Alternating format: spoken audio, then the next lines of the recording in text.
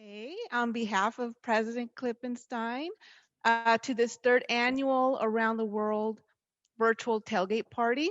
I want to say what a fantastic event that is aligned with our vision of improving lives and improving communities, building possibility to purpose and prosperity.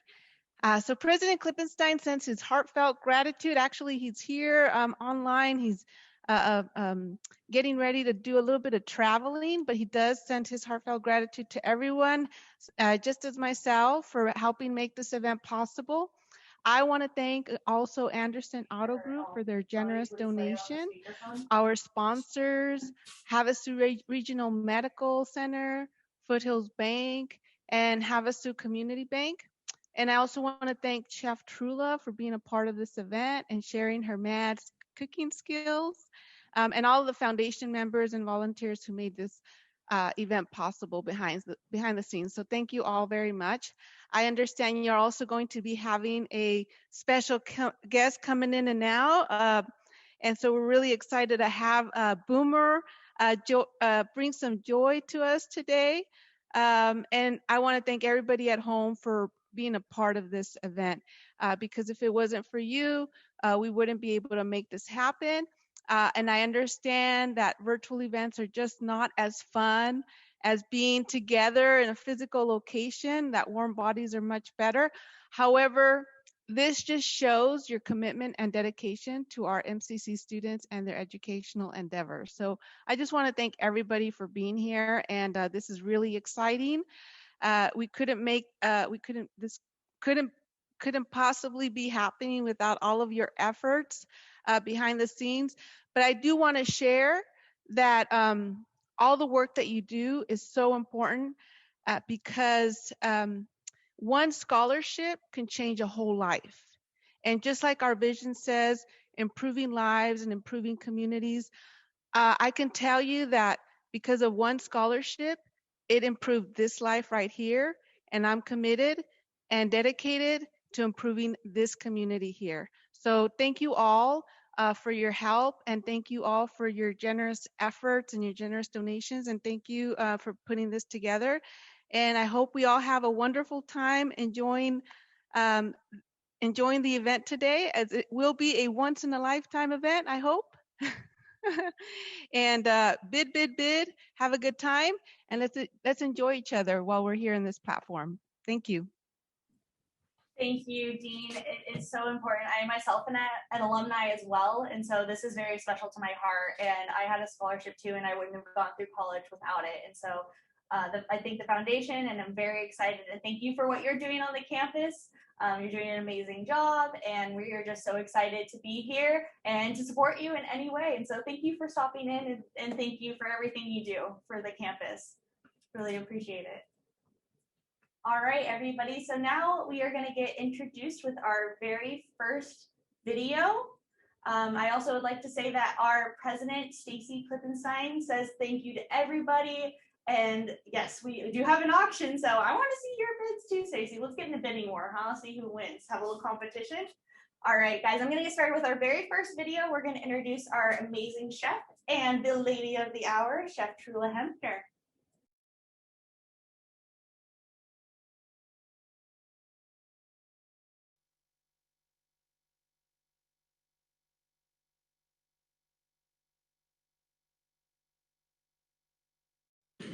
Hi everyone, I'm Trula Hepner. I'm the Director of Food and Nutrition Services here at Havasu Regional Medical Center, and welcome to the third annual Around the World Tailgating Party. Today we're going to be talking about appetizers and some hors d'oeuvres, and a little bit of history about food and some recipes. Food. It's a simple noun that carries so much weight in all of our lives and means something different to every person that you ask. On a basic level, food is a necessity. Food powers our bodies, it structures our days, but on a deeper level, food is so much more. It binds cultures and towns and families. Food brings us together as humans, and whether your family was raised on burgers and barbecue here in America, or tiki masala in India, meals are shared and memories are made around the world. I've been very thankful to have a family that loves to cook. My waistline might not be that thankful, but that's a different issue entirely. I've never come home to a bad meal, unless it was tuna noodle casserole. And to all you moms out there, stop making that. It's not good. It's not good food. Our passion for cooking is reflected in the quality of our food, and that is something I've come to appreciate greatly over the years. My mom taught me that the very best food is the food that you make yourself, and most importantly, she taught me that food is a great excuse to make somebody else happy. Cooking gives you an opportunity to give someone else that, oh my God, this is the very best thing that I have ever tasted look on their face. And I can honestly say that there is not a lot that's more gratifying than seeing someone you love taste your food. It doesn't matter what you're eating. Food is just an opportunity to spend time with the people you love. Ice cream for breakfast or breakfast for dinner. Food isn't always about what's on the table to me. It's about the people that you're sharing it with. So let's learn some history and a few recipes and share some joy.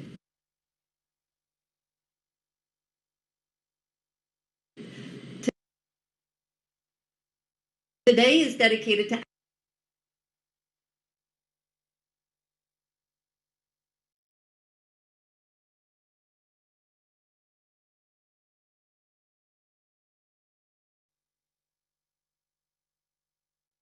food. It doesn't matter what you're eating. Food is just an opportunity to spend time with the people you love. Ice cream for breakfast or breakfast for dinner. Food isn't always about what's on the table to me. It's about the people that you're sharing it with. So let's learn some history and a few recipes and share some joy.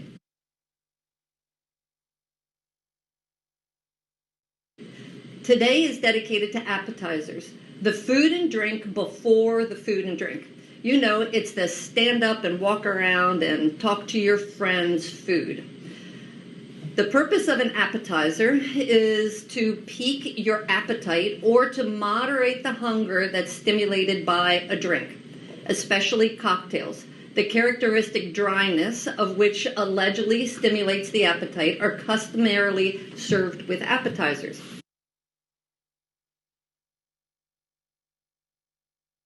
What is the difference between an appetizer and an hors d'oeuvre?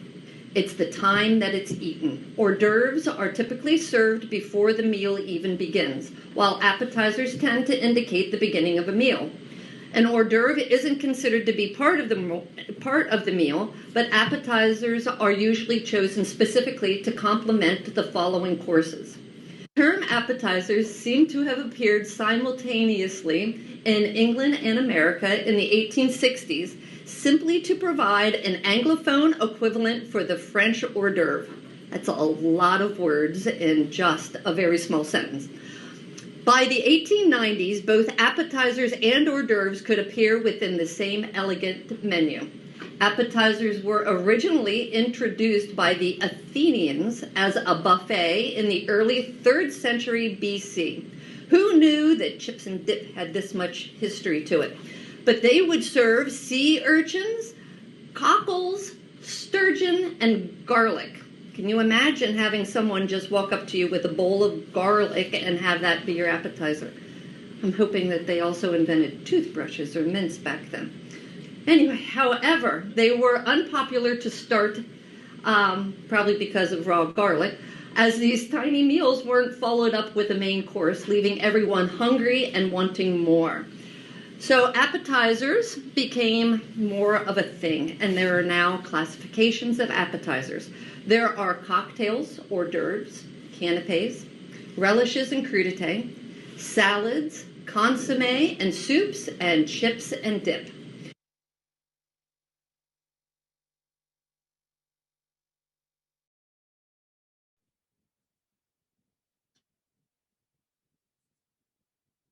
All right, I hope you enjoyed the intro. We are very grateful. Chef Trula Hepner is an incredible chef, and she'll be here later today too after the videos for a very special announcement.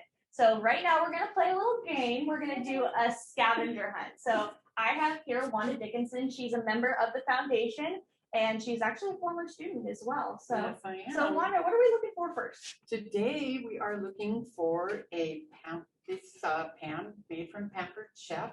It is a spring pan, and you make cheesecake from it. Ooh, so what I'm gonna have you guys do is you're gonna leave your computers right now. We're gonna give you about 2 minutes, and you're gonna look in your house and see if you have one of these. And if you do have one, you're gonna let me know, and we're gonna give you a special prize. We have here Food Forward, which is a cookbook that actually features Chef Trula Hepner. So we're gonna give you guys 2 minutes. Look around your house. If you have it, if you can put it on your screen, that's great. Or the first person in the chat is gonna win. So we'll give you guys a little bit and go explore. Got it? Ooh, Erin Roper says she's got it. Let's see if she can show it to us. Erin, can you turn on your camera? Oh, I think she is. Yay, Erin! She's got it. That's awesome. Erin, you are the first winner Awesome. of our cookbook. So we'll make sure to set this aside for you, and we'll have it ready, and we'll make sure to get it to you, and you can make some fun recipes. Thank you so much, Erin. Thank you. Wanda, thank you so much. Thank and you. I will bring you back for the next item. No problem. Very cool. All right, guys. So now we're going to start with our very first appetizer. I don't know if I'd call it an appetizer, though. It's a little bit more of a special something you'd start the party with. So let's see what Trula's got ready for us. Enjoy.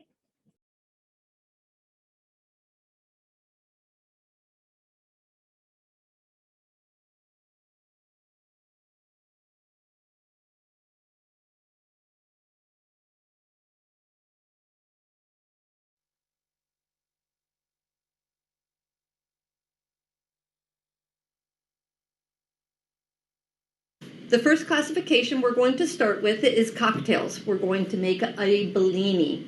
The Bellini was invented sometime between 1934 and 1948 by Giuseppe Caprini, founder of Harry's Bar in Venice, Italy.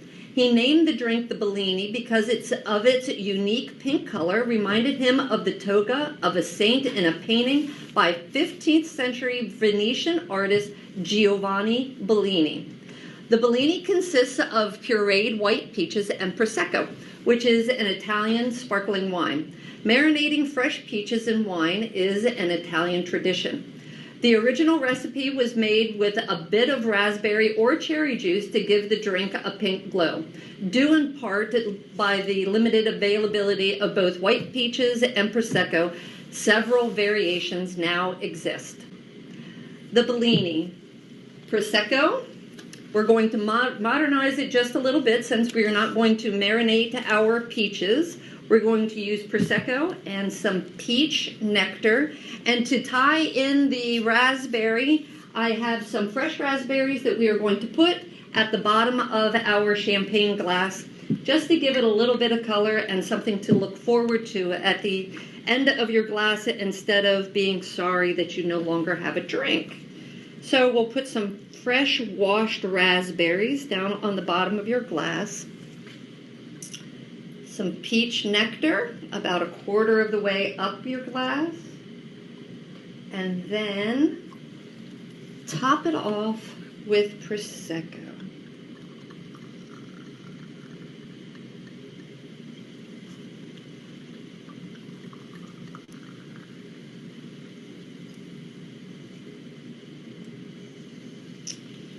And there we have our first appetizer of the evening.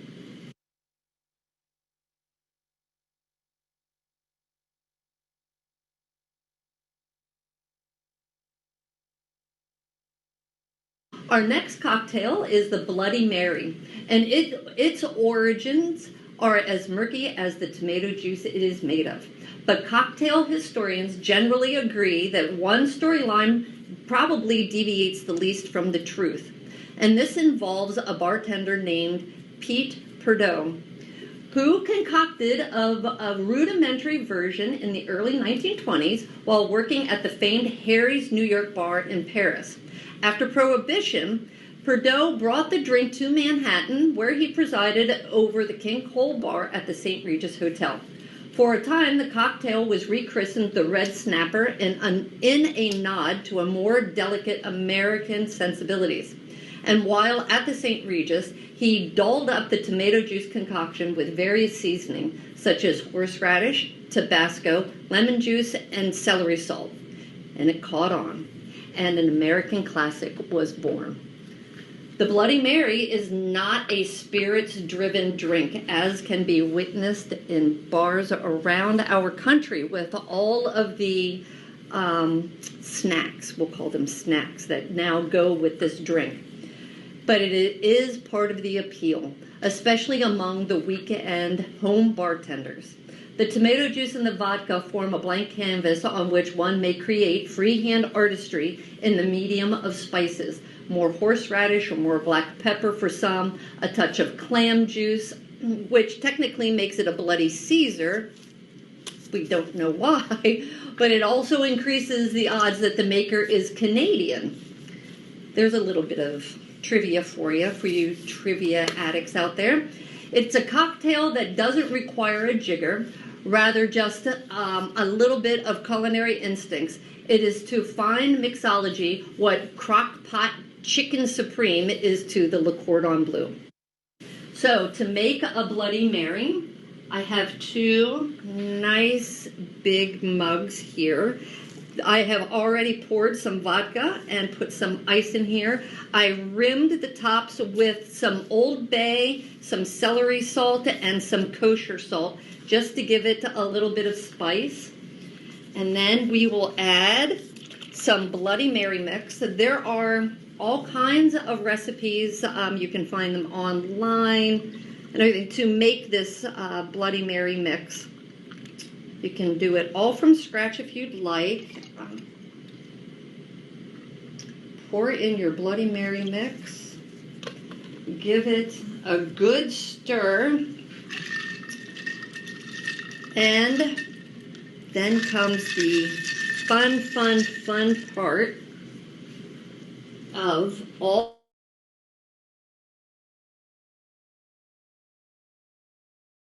Bloody Marys to make your drink more like a meal. We can start with things like a buffalo chicken slider and put that, I have to start this way. Here we go. A buffalo chicken slider for a little snack. How about we use a Slim Jim as a stir stick? And if you have a sandwich, you always need a pickle with it. It's a fun way to reason through a meal, to be a little creative with items. What else do we need? We always need bacon. Bacon makes everything better. We can put this one in, get another stick, and weave some bacon in and out. Celery sticks are always a classic. Makes everything nice and tall. What haven't we used here? Oh my goodness. We have some chicken tenders we can put in here. Bacon and chicken tenders. Is there anything that's much better on a Sunday morning? We can have some onion rings, charred peppers,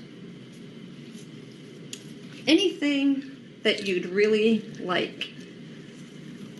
Pile it high, make it look pretty. If you're more of a seafood fan, here's some snow crab claws. You can hang some shrimp off the side. Put another pepper on there. A little spice. The charred peppers are delicious. A little, oh, I did it backwards again, sorry. Put a little olive oil, salt and pepper on these things and put them over top of your gas stove or an open flame.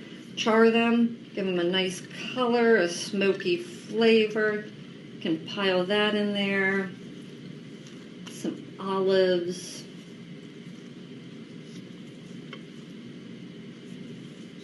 Anything you'd like to jazz this up and make it a meal. Here's some shredded potato pancakes. There's nothing to hate here. Don't forget to put your customer or your guest stir stick in there in form of a Slim Jim. And watch that you don't overflow it, because that's what's going to happen here. Okay, so there is the history of a Bloody Mary and the way that it has become a meal. Thank you.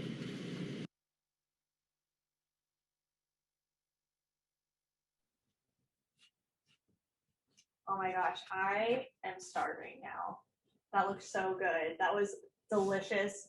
I see that she tried seafood, and that was something new for somebody. And yeah, I mean, go ahead and throw in the chat too what you do with your Bloody Mary, and let's see if you got a little advice and can spice it up for you guys too. So I got Wanda back here again. Hi, everyone. And we are going to start our second scavenger hunt. So Wanda, what are they going to hunt for? Today, we are going to hunt for a flour sifter. This flour sifter can hold up to 5 cups of flour. Very cool. Yeah. I know my mom has one of these. So does anybody here have a flour? Oh, Erin just got rid of hers, she said. Does anybody else here, please throw it in the chat too. First one in the chat. We can reserve it for you. And of course, when you find your sifter, you get a cookbook. So again, Trula Hepner is featured in this cookbook. Her recipes have been published. So we'd love to give this out to you guys. Add it to your collection. So does anybody here have a sifter? Yeah. We'll give you another minute. Let's see. If you do have one, go ahead and throw your name in the chat. Say me, or if you're like, oh, hold on a second. See, ooh, I don't see anybody yet. I think they're hunting. Ooh, in the back of the cupboards. I'll give you guys maybe 10 more seconds to come back. Dun, dun, dun, dun, dun, dun. What's your favorite recipe? What's your go-to food item? Probably turkey. Oh, Lynette. Ooh, Lynette has it. I see her raising her hand. Lynette, are you able to turn on your camera and show us your sifter? See, if not, can you just confirm in the chat that you indeed do have it? Your chat is at the bottom of the screen, just so everybody knows. I have one. All right, I think that was Lynette who said that from the iPad. So Lynette, congratulations on your cookbook. We'll set this aside for you, and then we will reach out and give it over to you guys. So I did want to let you know before we start our video that these are on YouTube. So you will have it so you can share it with your friends and family, or right before the game. Oh, that was Julie Usher, actually. It seems like she has one. Okay. Well, then I will make sure to get one. And Lynette, if you have one as well, reach out to us and we'll talk to both of you guys via email, okay?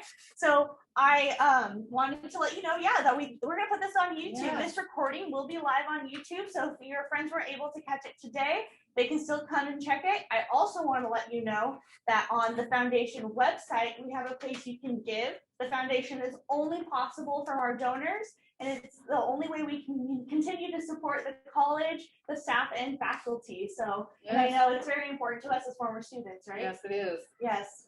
Donations help. Yes, they do. So I'm going to go ahead and let you guys know that we have our very first appetizer happening. Wanda, are you ready for Yes, this? I am ready. Okay. I'm hungry.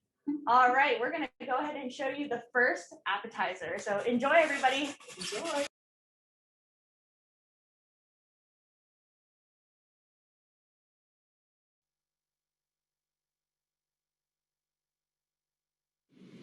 Okay, now it's time to start some cooking and making some appetizers. Everybody put your aprons on and let's make some food and a little bit of a mess, okay? The first thing that we're going to do is some bruschetta. It's normally made with some grilled French bread. Let me bring this onto camera. Some grilled French bread, some baguettes that have been cut into nice thin slices and brushed with olive oil and then toasted. But with the keto craze and everybody not eating carbs and gluten and all of those kinds of things now, I thought maybe that you'd like to learn how to make some appetizers that will accommodate a couple of those diets. So instead of the baguettes for this bruschetta, we are going to use zucchini planks. I just took a zucchini, cut off the top, cut off the bottom, and cut them into nice about 1/4 inch, 1/2 inch planks. Here, there are several. You can usually get 3 or 4 planks out of one zucchini, okay? And then while the griddle is nice and hot here, what we're going to do is, this is olive oil. Just put some olive oil on the tops and on the bottoms of your zucchini.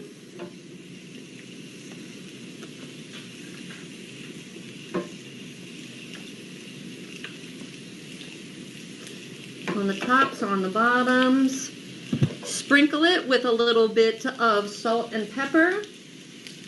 One of the things that you always want to have by your stove and by your side, so you can just put a pinch on everything, is a salt and pepper mix. And the traditional mix with salt and pepper is 3 parts salt to 1 part pepper. This pepper is a table grind. The normal pepper you just get in the shaker out of the grocery store. And then for a little bit later, I also have some coarse cracked black pepper that is mixed a little heavier on the pepper side, because we are going to be making a steak au poivre which focuses on peppercorns. So you can adjust the mix however you'd like, but the traditional mix is 3 parts salt to 1 part pepper. Okay, while the zucchini is grilling, you're going to want to take some cherry tomatoes or some plum tomatoes that are nice and ripe and cut them into bite-sized pieces. I have that done here, and I have mixed it again with a little bit of olive oil and fresh minced garlic. I wish you guys were here so you could smell this. It's wonderful. And again, while your zucchini is grilling, I've also made a chiffonade of basil. And a chiffonade is French for ribbons. So what you're going to want to do is, hold on 1 second.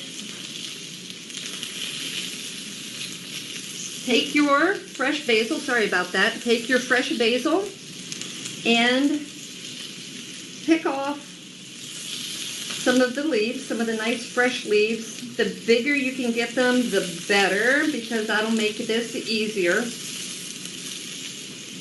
And then in order to make the ribbons, you're going to roll them up nice and tight. Okay?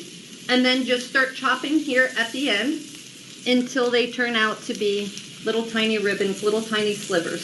Okay, you don't have to go through a bunch of chopping and make a bunch of noise with your knife. All you have to do is roll them up nice and tight, and they cut really nicely and evenly into slivers for you. And you can also, depending on how ambitious you are, you can either make a balsamic vinegar reduction, or you can buy it in a jar at the grocery store. Balsamic vinegar reduction is made by taking a nice quality balsamic vinegar, putting it on your stove. If there's a cup of vinegar, you need a 1/2 cup of honey or some kind of sweetener. If you're diabetic, you can use stevia. And then putting it on the stove and letting it reduce by 1/2 until you have a glaze-like consistency. As your zucchini planks are grilled and they have nice marks on them, remove them, put them on whatever serving dishes that make your heart happy. Single ones if you're cooking to order, or you can certainly put everything on a platter. Top them with your tomato and garlic mixture, and then top them with your chiffonade of basil, a little bit of basil. And then the crowning jewel is the balsamic glaze. Just put a nice drizzle on the top.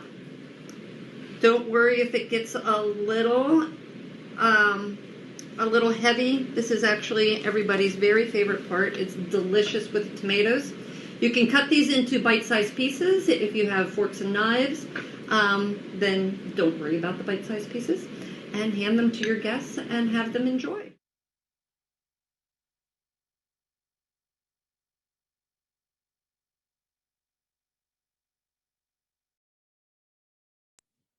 Well, I grew up in an Italian home, so bruschetta was my favorite. I got a special guest here. You're looking a little tall, buddy. Let's see who you are. It's Boomer. Boomer is our mascot here at MCC. He came by to say hi and show his favorite contraption. It's an old Italian oil and then balsamic vinegar little double dude. I don't know. He's really cool though. Thanks, Boomer. Appreciate it. From Italy. So if any of you have this, it's not the scavenger hunt, but bonus points if you totally have one. I hear that Boomer's got a friend he wanted to bring today. All right, let's see. Who is this? Can I introduce Baby Boomer? Hi, Baby Boomer. How's it going? Boomer, I didn't know you were a dad. Oh, aren't you just the cutest little bighorn I've ever seen, huh? Well, thanks for coming by. I appreciate seeing you. All right, say hi to everybody, Baby Boomer. All right, guys. Thanks for stopping by. It was good seeing you. And thank you, and we'll see you on campus, right? Oh, yes. Or via Zoom, huh? Thanks so much. Awesome, guys. So that was the best. I am definitely going to try the zucchini bruschetta. I am so excited. And now we have another special appetizer just for you. So let's see what she's making, huh?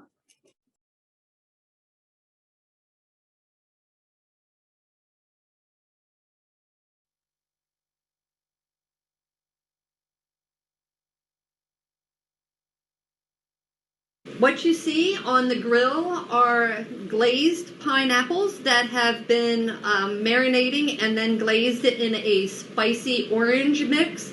All of these recipes will be emailed to you, so the orange glaze recipe will be in there. And it's just fresh pineapple that has been cut. I personally like to leave the skin on there. It helps when you're grilling, it helps to keep the pineapple intact. If you want it to be a little more user-friendly on the back end of it, you can cut the pineapple or the skin off of the pineapple. Okay, so you marinate the pineapple and put it on your grill. You should do this last because it makes your grill very messy because of all of the sugar content. And then these grilled pineapples are going to be served with a tuna poke that was made yesterday. This is a sriracha tuna poke. And you can take one of your little plates. We'll put the tuna poke out.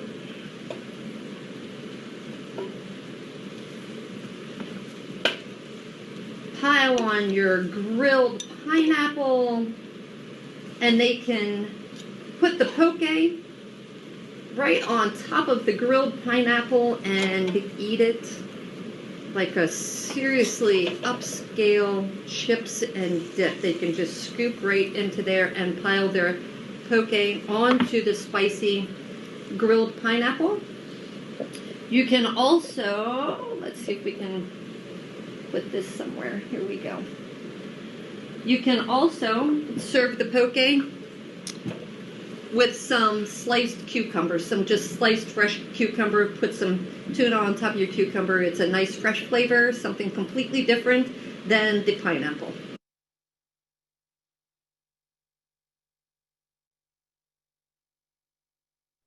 All right, who thinks that Baby Boomer should be the honorary mini mascot of the campus, right? I do.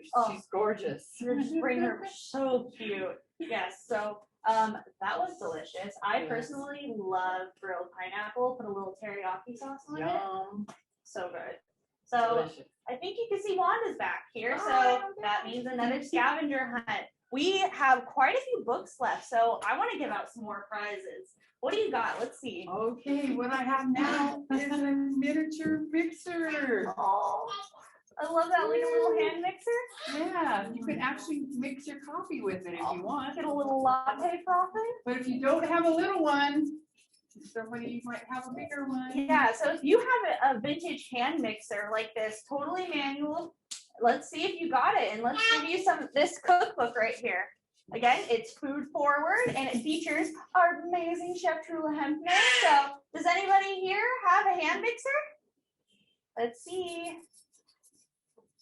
We can have mini or a big one, but if you have a mini one, that's a bonus. Seriously. All right, guys, I'll give you another minute. Let's see. I hear you're a pretty good baker too, Wanda. Yes, I am. Yeah, I like to bake. What's your favorite thing? Lots of banana bread, all kinds of breads, cakes, different. I cook too as well, all kinds of foods around the world. Ooh. Chinese food, Mexican food.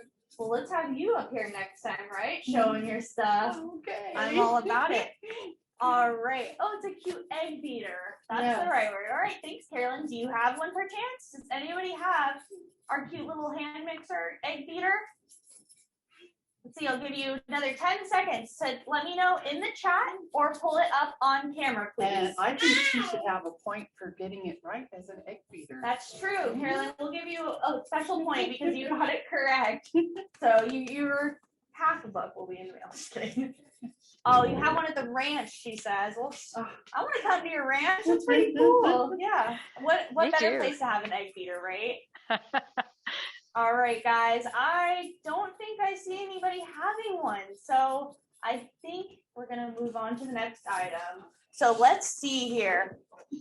I think I have something pretty big and pretty incredible. Or let's do those. All right. I know people got these. Let's see. Somebody has to have these. What are these for? Yeah. What are they called? Let's see. We can crack some knuckles. Oh, no, that's not what they're for. They're for cracking nuts. Yes, we got little nut crackers here. Does anybody? Oh, Carolyn said she has one. Erin just got rid of hers. Oh, Julie has her hand up. All right. It's a race to the finish, guys. Who's got one? Let's see. Oh, she almost just got rid of that. Let's see who has it. There Carolyn! Congratulations! Yay, Carolyn! Yay! Well, now you have an amazing cookbook to add to your ranch house. And I'm so excited! Here, right? So excited! Thank you so much, Carolyn. Congratulations! Thank All you. right. Thank you, Wanda, again for your amazing and fun findings. And I think we are hungry, so let's move on to the next appetizer. See you guys soon.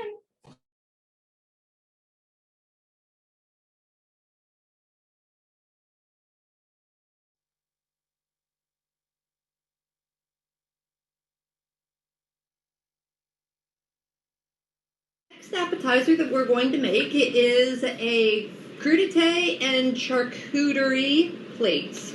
The difference between crudité and charcuterie actually refers to the meat portion of the platter, while crudité refers to the fresh vegetables. Designing delicious and visually appealing charcuterie and crudité platters is an art form all in its own.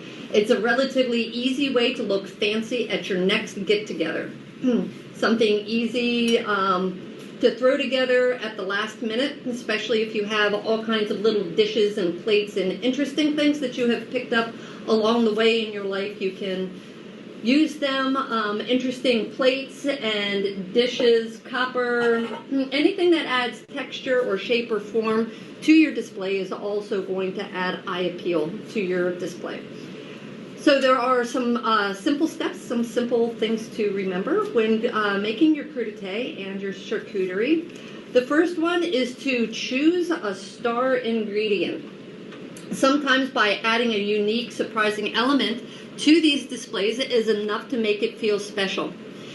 For this display, the thing that I have chosen to make that is going to make it just a little bit special, a little bit different, is I have made some roasted olives. I have taken, again, the recipes will be emailed to you, but this is a variety of olives that I have put into a pan in the oil that they have come in, and I've mixed it with a little bit of pepper, no salt because they're briny enough, salty enough on their own. Roasted them until I could actually smell them coming out of the oven. And then very quickly, I put some fresh red peppers in there. These are fresh bell peppers that I julienne. And then while they're still warm when they came out of the oven, I put lemon zest, orange zest. Then I took the fresh lemons and the orange and squeezed them so there's fresh orange juice and lemon juice. And then finally chopped up some fresh rosemary and diced it or tossed it in there. And then let them chill overnight. And you have some very nice olives to put into your crudité and charcuterie display. You need to focus on different cheese flavors. We are very lucky in town to have some very nice grocery stores that have beautiful deli sections where you can get cheeses and jams and sliced meats and deli meats and everything that will entertain you. There's no reason in the world to put sliced American cheese on your charcuterie and your crudité plates. You do need to aim for balance when you're putting things together. It's very tempting to go crazy with, again, all the kinds of cheeses and meats and jams and everything that you can get. But you have to remember that people are going to want more than just cheeses and meats. You need to balance it out. Make sure there's a balance not only in your offerings, but also in the flavors. Balance it in spiciness, in mouthfeel, in cured items, baked items, cooked items, raw items. You can use, the fourth item is you use blanched or pickled vegetables. Today we are going to be using whole baby pickled beets, which add a nice color, a nice mouthfeel, a nice variant with the vinegar that goes with pickling a vegetable. And then the fifth thing is focus on presentation. You're going to want to give your display some varying heights. You can just put some of your display plates on the table, get some of the display surfaces with legs. Maybe you have some pie or cake stands that have feet or pedestals that you can use. Just give yourself a little bit of height somewhere in your display, okay? While we are assembling some of the crudité, we are also going to be cooking a marinated cilantro lime mushroom. That'll give you something warm that'll go with your crudité platter. So we will get that started cooking while some assembly is happening. And once again, these recipes will be in your email. Just going to want to put a pat of butter into the saute pan. If for no other reason, butter makes everything better. Everything. While that is melting and sizzling all over the place, let's get our roasted olives into a dish.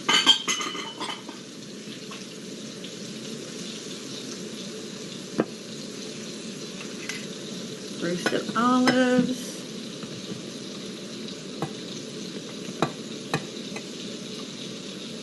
You're going to want to remember that you do not want too much of the surface area for your display plates to show. So I'm going to wreck the display here just a little bit, and we're going to steal some of the fresh dill to go around this. Our butter is melted, so let's add the mushrooms directly to the pan.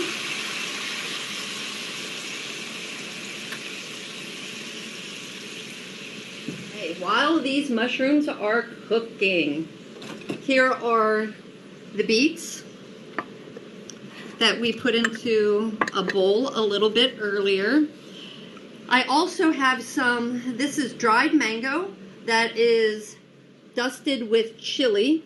So there is a little bit of a sweet element that's going to go with this. I'm going to steal a little bit. I have fresh fennel here. So let's put some fresh fennel under here and start framing your plate with some green. This is a cheese that I found at Smith's that has been marinated in balsamic vinegar that I thought sounded very interesting. Here is a nice creamy dilled Havarti. I don't personally like to cut cheese with a knife. I don't like to see the sharp edges. So tearing it apart has always been the better option for me. And just start piling things up and moving things around. For the charcuterie part of it, here is, again, I found at the grocery store, some prosciutto that is wrapped around some mozzarella cheese, which is very nice. That's a nice creamy, sweet, and salty flavor all at the same time. So we'll pile that in there. For a couple of other sweet flavors, we can always add dishes of berries. This not only adds a sweet element, but it is a very nice pop of color down here. Be sure to leave some room so when people want to eat the cheese, they are actually able to cut it. Give them a little room to do that. On the top, let's start displaying some of our vegetables. Let me throw a few onions into the mushrooms here. Stir this around.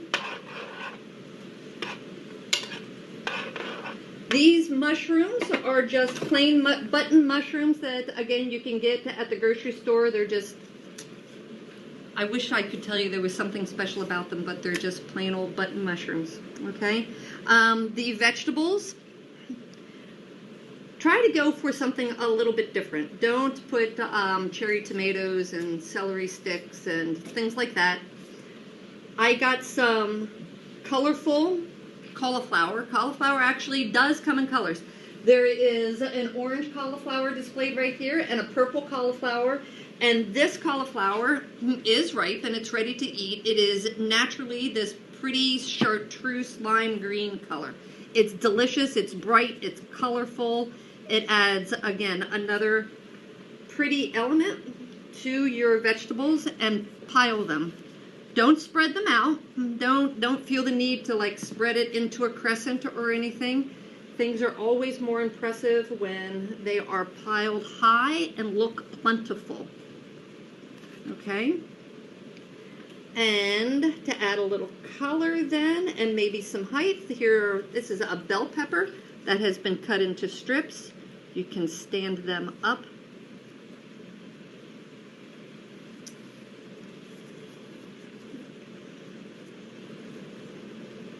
This is not so easy doing it from the back. I did not realize. Okay, and the carrots. We have tri-color carrots here. Here's the purple ones. So pretty.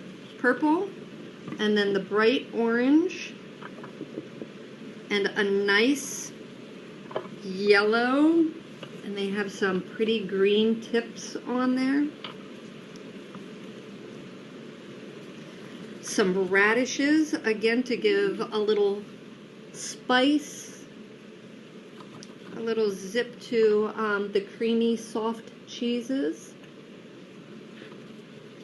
Okay, we'll continue to stir these mushrooms around. They look just about done. All you want to do here is really just heat them up. You're not looking for them to brown. Heating them up is going to infuse them with a little more flavor. And let's turn off the heat. We'll put a little coaster down to set another dish on. And I have another nice copper dish. Don't forget to put a nice pile of plates, some little small knives in order to cut this cheese, and small spoons to serve your tasty treats with, and napkins. Don't forget the napkins. And there you are. I did forget something. I apologize. Something to dip your cheese in. I know people love ranch. Everybody loves a good ranch. Here's a spoon for this. Why don't we try to do something just a little more interesting? This is a blackberry buzz.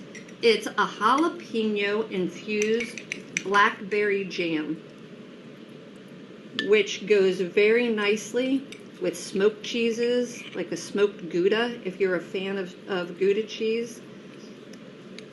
The creamy dilled Havarti is a nice mild flavor that would pair well with this blackberry jam.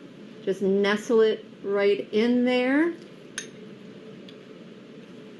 And there you go, a very nice appetizer that's sure to please everyone.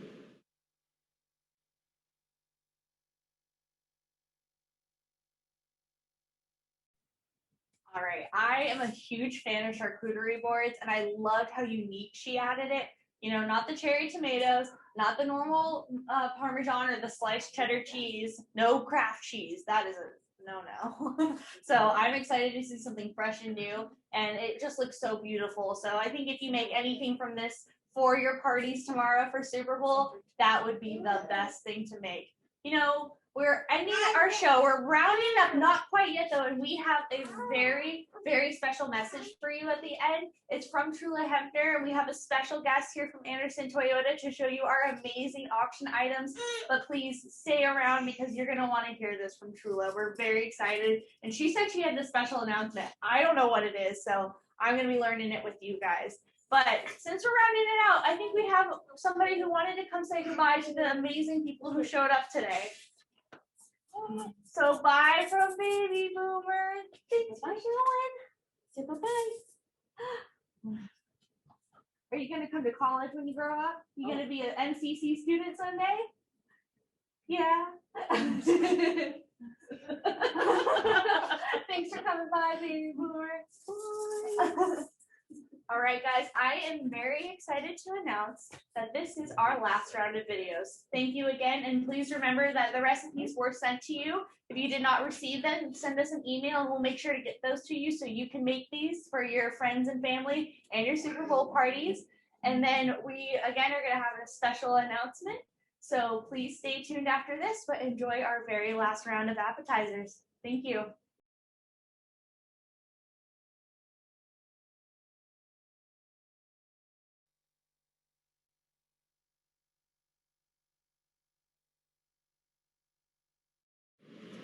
Our next appetizer is going to be steak au poivre.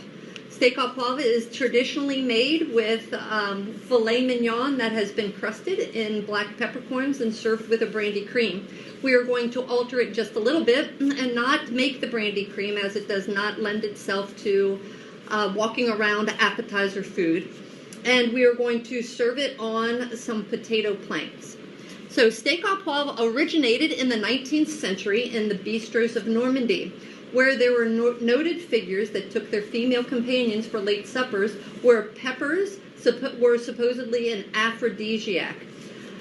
There is a gentleman by the name of Emile Lurch that in the 1950s in a magazine staked his claim to being the inventor of steak au poivre, stating that he first made it in 1930. The restaurant Albert was owned by Albert Blazer, who would then go on to head Maxim's later.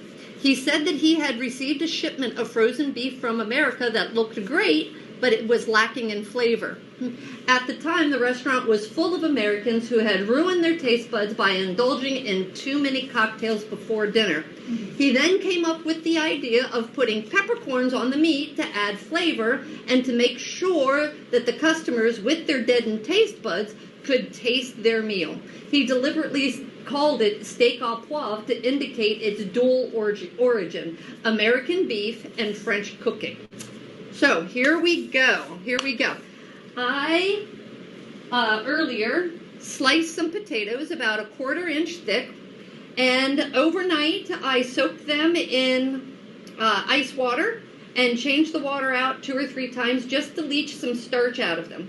And then fried them. I par-fried them real quick so I wouldn't spend all of our time here cooking potatoes. And now I'm going to put them onto the grill to crisp them up and to give them some grill marks. Also on the grill are some julienne onions. I have white and purple onions in this mix. And I also have some sun-dried tomatoes to add a little bit of color and a little bit of sweetness to the onion mixture.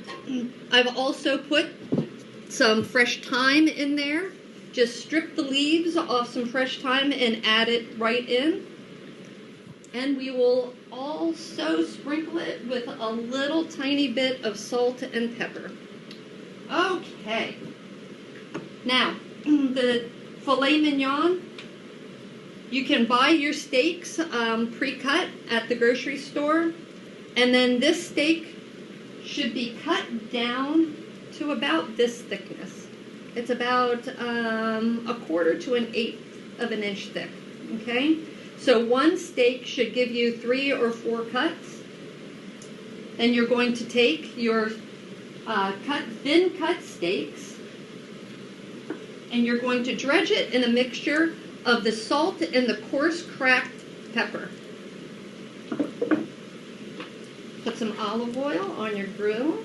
Maybe you should turn your grill on so it's nice and warm. While that's warming up, you're going to take your steaks and dredge them into the salt and pepper mix. Do not be afraid that this is going to become salty. I know that's everybody's fear. It used to be my fear also. It's not the truth. Everybody is afraid that a lot of food will taste salty. You shouldn't avoid salt unless you've got a dietary reason to. We as Americans eat more salt than what we even begin to realize. It's in a lot of our foods and everything. So don't be afraid to season with salt and pepper. Seems kind of basic and a lot of people shy away from it. Okay, so put your steaks on here. They will not take long to cook.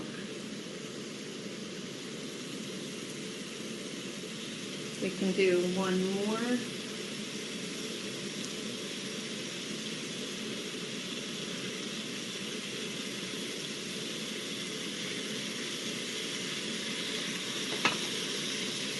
The potatoes are starting to crisp up. Let's give them a nice turn.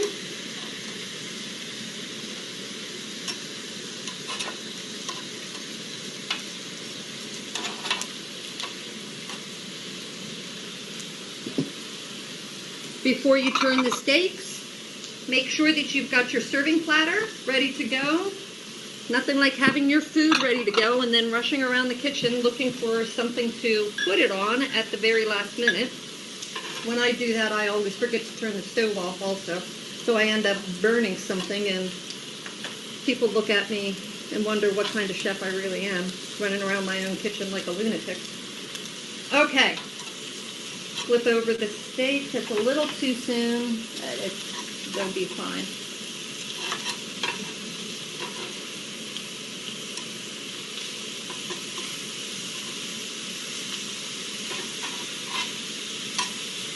Okay, for assembly, while these cook on the other side, you're going to put a couple potatoes onto your plate.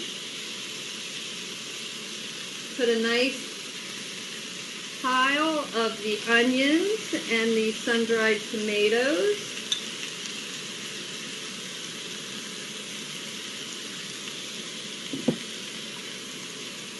Oh, the sour cream is for the top.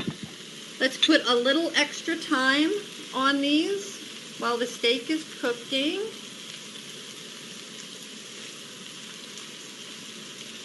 Okay, and then depending on how you like your steak, these are going to cook quickly because they are so thin.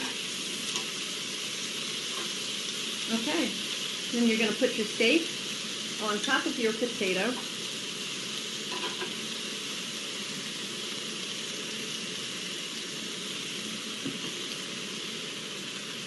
Top it with a small amount of sour cream so it starts to melt right in there on top of your warm steak. And then another couple slivers of the sun-dried tomato. And you've got a warm appetizer to feed your guests.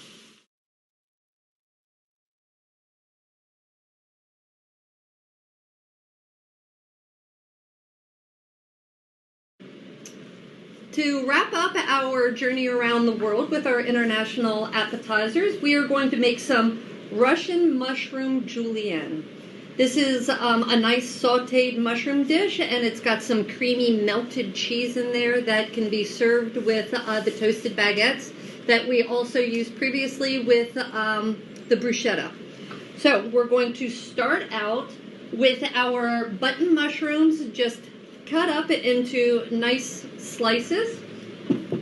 Warm up your pan and melt 2 to 3 tablespoons of whole butter, and do equal parts of butter and a first press olive oil. You're also going to want to add some julienne onions. I'd use a mixture of white and red onion in here. So when your butter has melted and the olive oil is hot, put your mushrooms in. Let everything saute. About halfway through cooking your mushrooms, add the onion. Season with some salt and pepper and some minced garlic towards the end so you do not burn the garlic. You don't want burnt garlic in that flavor in your food.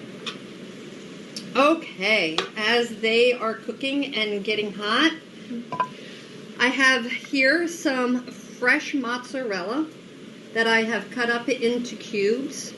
Please make sure that you use a non-stick pan with this because we are anticipating a little bit of a gooey mess. So here's some fresh mozzarella that we are going to toss in here.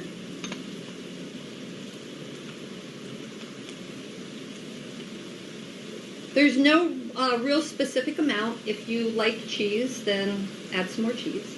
If you are not a giant cheese lover, then don't add as much. It's as simple as that. Food does not have to be overly complicated. And as this melts and your pan is nice and warm, deglaze with a bit of white wine.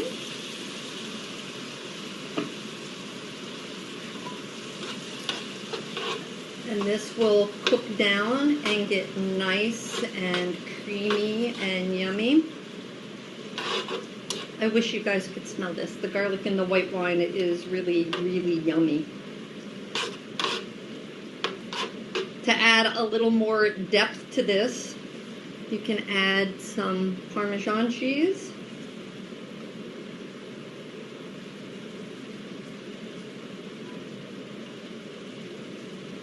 And now it's just a matter of the cheese melting.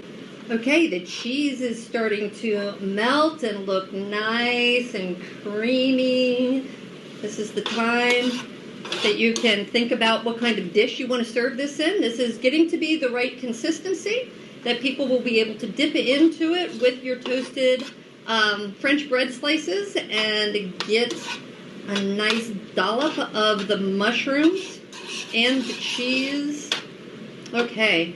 Can you guys see this? It's getting all incorporated and toast or gooey. I have some nice oval ramekins that we're going to serve this in. This is not a pretty process. So do not have your white table linens underneath this pan. Do this over the sink or someplace that you don't mind it getting messed up. We're going to do it off to the side here a little bit. Is that too far off? Okay, here. Let's try this way. Here we go. Dish the cheese and the mushrooms, a little bit of that white wine sauce into the ramekin and all over the place. Look at that. So good. Okay, goodness.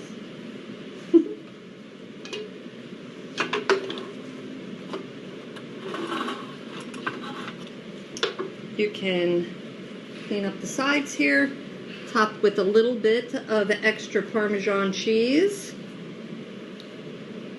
and serve with a nice toasted crusty baguette. And that, my friends, is the end of the cooking class. I hope you enjoyed this as much as I did. Please come see us, not when you're sick, but just for lunch or something at the cafe at the hospital. Stay well and stay safe. Thank you.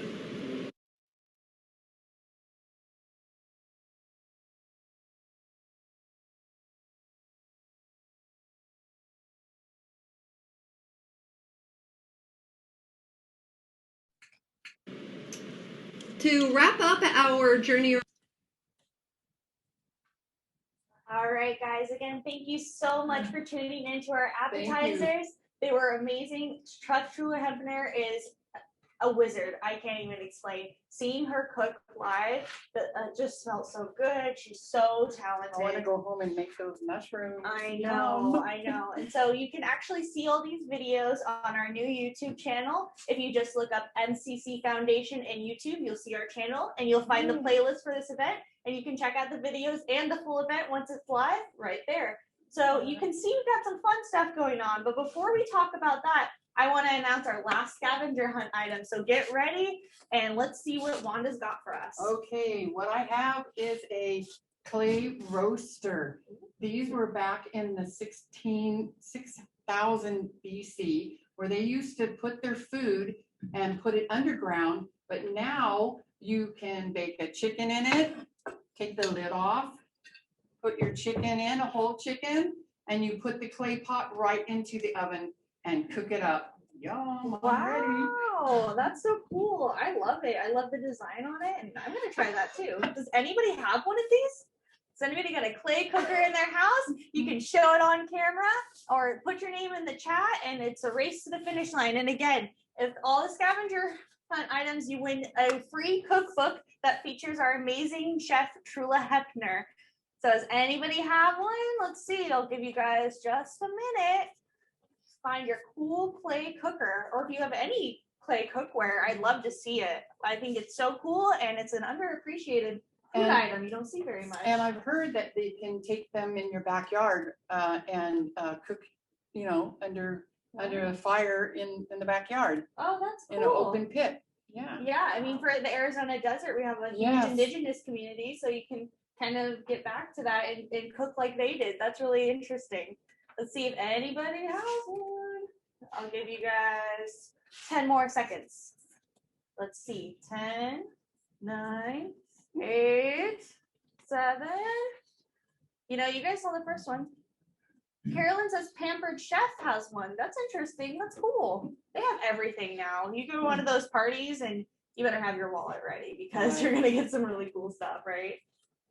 Cool. Well, it looks like nobody has one, but I really appreciate everybody who participated in the scavenger hunt. Thank you very much for participating. Yeah, thank you so much, Wanda. Now they have some great ideas of what they can add to their collection, huh? Right. Very cool. Get one.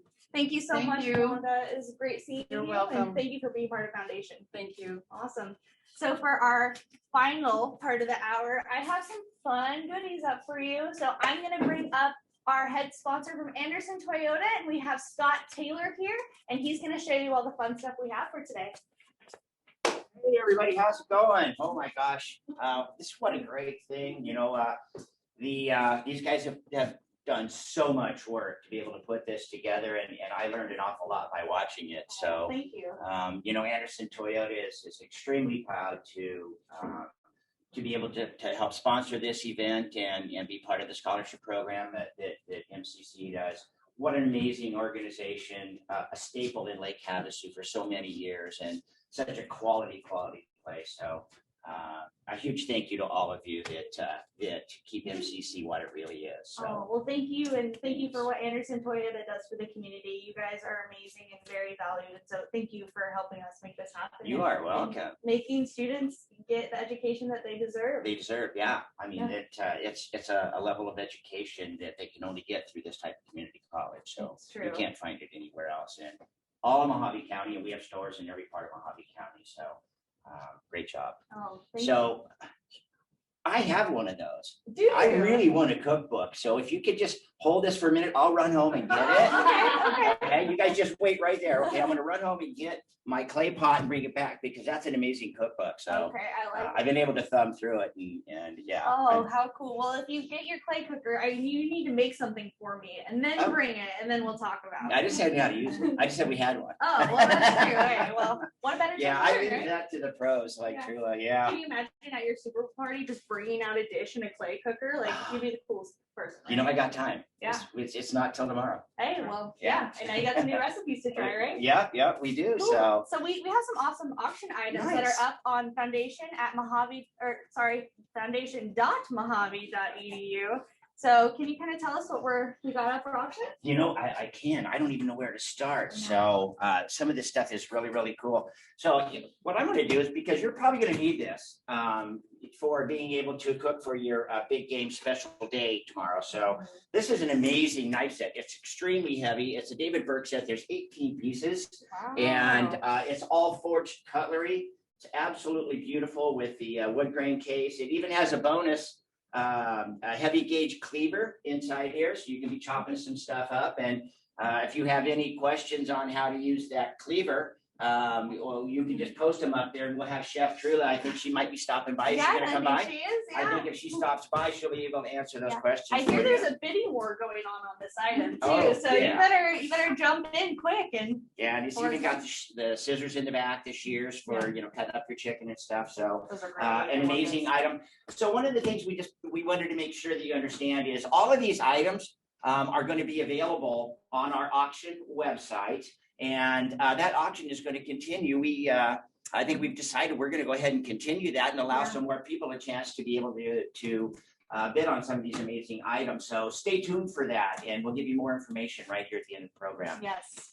So this is just one of the items right here, the David Burke 18-piece cutlery set. Beautiful thing. So I also have this amazing wine, if I can show you guys. You a wine drinker yourself? Oh yeah, I was eyeballing that from the beginning. Yes, Robert Craig. Yeah, it's an amazing brand, and we've got some beautiful 2011. We've got, what do we got here? We got some Spring Mountain District. Yeah, it's I think all of these are Cab. Yeah, they're all Cabernet. So there are 3 bottles of the 2011 edition Cabernet. Absolutely beautiful. It was donated by the Arroyos. So if you know any that developer up there, you'll understand that this is a quality bottle of wine. We appreciate that donation. We'll have to ask Trula which appetizers pair best with the Cab. I think every one of those, all those videos are stellar. Anything here as well, Yeah, wine, in my right? house it does. That is for darn sure. So those are just 2 of the items. What do you think we should do next? Oh my gosh, we actually have this donated from one of our foundation members, and she said if you don't want to cook, she got the appetizers ready for you. So we have a beautiful array of some yummy snacks. We've got fresh olives. We've got the amazing pretzel crisps, which are my favorite. And then if you're really looking to have a party, what better in the desert than little cactus glasses, right? Oh yeah, that's a margarita glass right there. Yeah, so. Yeah, I'm all about that for the game day. We It's got going to some- be a beautiful day tomorrow too. So we're so lucky to live here at Lake Havasu and be able to have the weather we do right? and enjoy the outdoor activities, which will bring us to another one of our special items. Exactly. And I think we mentioned Pampered Chef. So here's our Pampered Chef basket. I know that my mom would be going crazy for one of these. Yeah, look, there's a ton of stuff in there. The stoneware cookbook, the wine and champagne chiller, mini mix and stir, again, my house, bamboo dishcloths, and the 3 onion rub, plus a gift certificate for a $20 gift certificate from Pampered Chef. Wonderful basket. Very great. Yep. And again, you can find these at foundation.mohave.edu. So make sure you're on the foundation page and you'll find the link for the auction. So it's foundation.mohave.edu. So that's foundation.mohave.edu. Yep. Done. The best place to find it.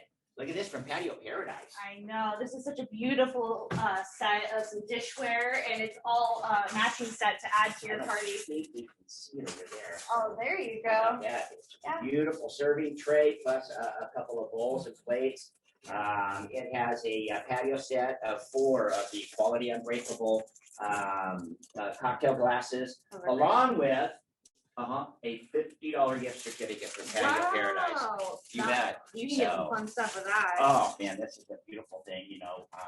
You can find them right there on the corner of Capri and Mesquite right there, so. Oh, yeah, that's a great Yeah. location. They're one of my favorite spots. And Yeah. you know, I think we actually got one, so I'm gonna jump and grab it really quick and Yeah. see what we got here. Oh. Oh, Oh. man, Yeah, I'm oh. gonna have to lift it up here. Well, yeah. Let's teamwork this, Here we right? go. Are you ready? Get set. That's right, folks. Oh, There there we it go. is. It's a beautiful Weber grill. It's the Weber 1200. It's the red roof. It's absolutely amazing. It has on the table right here, both sides have tables that fold out so you can put your utensils and stuff on there.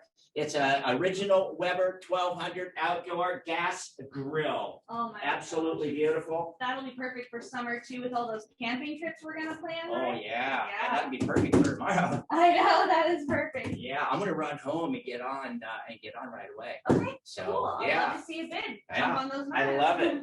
All right, thank you so much, Scott. We appreciate you being here and thank you for what Anderson Toyota does for the community. You are very welcome. Bye, everybody. You guys. Thank you. Thank you, Scott. All right. Again, thank you all for coming today. It's been so amazing. But before we leave, we have a very special message from somebody who we literally couldn't have done this without. So I am super excited to bring on Chef Trula Hepner. Hi, Chef. Thank you for your amazing recipe. Thank you very much. Yeah, Thank it you. was so great. Hi, everyone. This is the final bit, right? The final. Yeah. You Okay. are, again, the star of the show. Okay. First I have just a little something to say to you guys. My professional dreams have always been to combine my love of cooking and the joy of sharing okay. I'm sorry. See, all of that before was all taped, so I got to goof it up. And she fixed it for me. Now you guys get to see the goof ups too. So please bear with me. My dreams have been able to combine my love of cooking and the joy of sharing my cooking with those who need nutritious meals the very most in a healthcare setting. The company I work for is HHS. They have afforded me that dream not only by employing me, but also by moving me literally across the country from Virginia almost 4 years ago to live in the beautiful city, Lake Havasu, that I have loved for many, many years. And Havasu Regional Medical Center has graciously permitted me to stay and work on this dream daily. Now I would like to talk to you about a phenomenon that seems to be plaguing us all this past year, the phenomenon called decision fatigue. Decision fatigue is a psychological phenomenon surrounding a person's ability or capacity to make decisions. This happens to me, it happened to me before COVID, and it seems to be just exacerbated now. The theory surrounding decision fatigue is that a human's ability to make decisions can get worse after making way too many decisions and their brain is just plain old tired. I ask you, do you guys suffer from decision fatigue? What happens to our capacity to make good decisions when our brains are out of fuel? This condition helps explain why ordinary, sensible people buy junk food at the supermarket and serve cereal for dinner 5 nights on the same week, because having to answer the same old question, what's for dinner, simply is the straw that has broken the camel's back. So let us help you. Let us make the dinner decision for you, your family, and your friends. A few members of my team and I will come to your home. We will cook for you and serve a wonderful meal. You, of course, are invited to join us cooking if you would like, to ask questions, to learn a technique of some sort if you haven't quite been able to perfect, or simply to relax with your guests and trust that we will take care of the rest. Let us help you to remind you what it's like to sit and enjoy a meal and to enjoy the experience of dinner. In closing, I would like to thank you for joining us today. Thank you for helping us to make this a great success. And I hope you enjoyed the quick lessons as much as I enjoyed doing them. I really didn't enjoy it. I hate doing that stuff, but thank you. You did amazing though. Are you kidding me? Even more, we all hope that you stay safe and you stay healthy. The menu that I have prepared which can be altered. If you win the bid, this can be altered in any way, shape, or form that you would like. But the first menu that I have written down here is that we will prepare a fruit and cheese board as an appetizer for you guys. Then the next course would be herbed polenta cakes with lump crab and a lobster hollandaise. Your salad is fresh watermelon and microgreen salad with a blood orange vinaigrette. The soup course will be a red pepper and smoked Gouda soup. The entree, roasted lamb chops with a feta and mint pesto. Filet mignon with a cranberry balsamic glaze. Some steamed asparagus with white truffle oil. Mascarpone mashed potatoes with Parmesan crisp. And for desserts, how about a white chocolate bread pudding with a white chocolate rum sauce on the top to round it out. Woo! Somebody needs to get the wine and get this menu. Yeah. Seriously, it'll be a great night. So again, thank you. This has been a great pleasure. And as soon as everything opens up, I encourage you to come in and visit us at the cafe here. Oh, Thank you so much. Trula, that is amazing. I am Thank so you. excited to share that with somebody's family, their office, a group Yeah. that is special to them. And Yeah, so this you're is gonna, great. You're gonna come to their area and I will come to you. I Okay. will come to you. Yes, ma'am. I do have a question. Yes. It's okay, you can look this way, Jillian.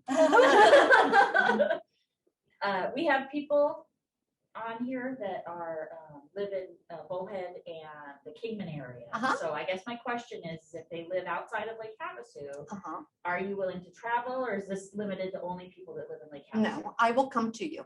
Awesome. I will come to you. Yes. Thank you. Okay. wow. So everybody who's on a different campus or in a different area of Mojave County, Trula will come to you and make I will this come a to beautiful you. experience. Yes. Trula, I cannot explain how much you've inspired me for Oh.